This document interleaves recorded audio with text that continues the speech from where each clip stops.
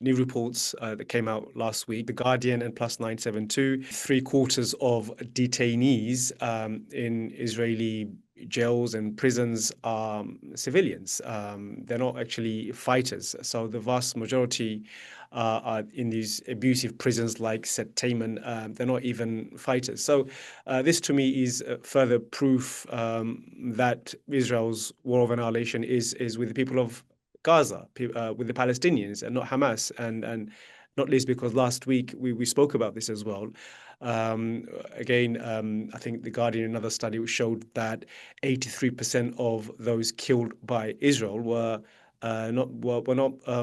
civilians. So this is further confirmation, isn't it, Yes. Moin, that this is really not about Hamas or militants. This is really a war of annihilation of the Palestinians.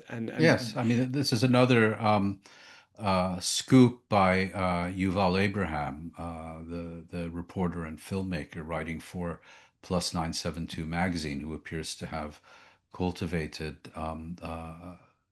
Israeli security sources who were willing to provide him with this kind of information, in coordination with another Israeli outlet named Local Call and the British Guardian newspaper.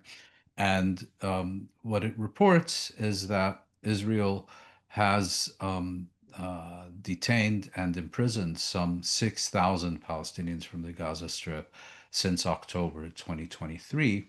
And of these, only a quarter are considered by the Israelis themselves to be Palestinian militants. The others include an 80-year-old woman with Alzheimer's, doctors and medical workers, other civilians about whom nothing is even suspected.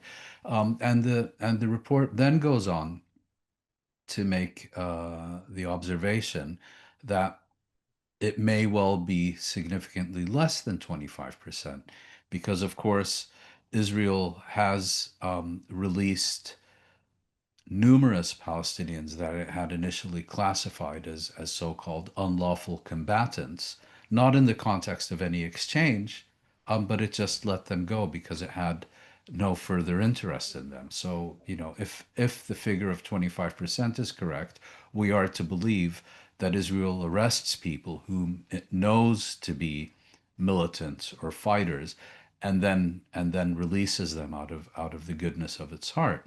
And then, of course, there's an issue that Israel has a very expansive definition of a fighter. So if that's taken into consideration, the numbers that are given in this article, as pointed out, maybe even higher in terms of the proportion of civilian non-combatants. Again, including an elderly woman with Alzheimer's, including medics, journalists, and all the rest of it.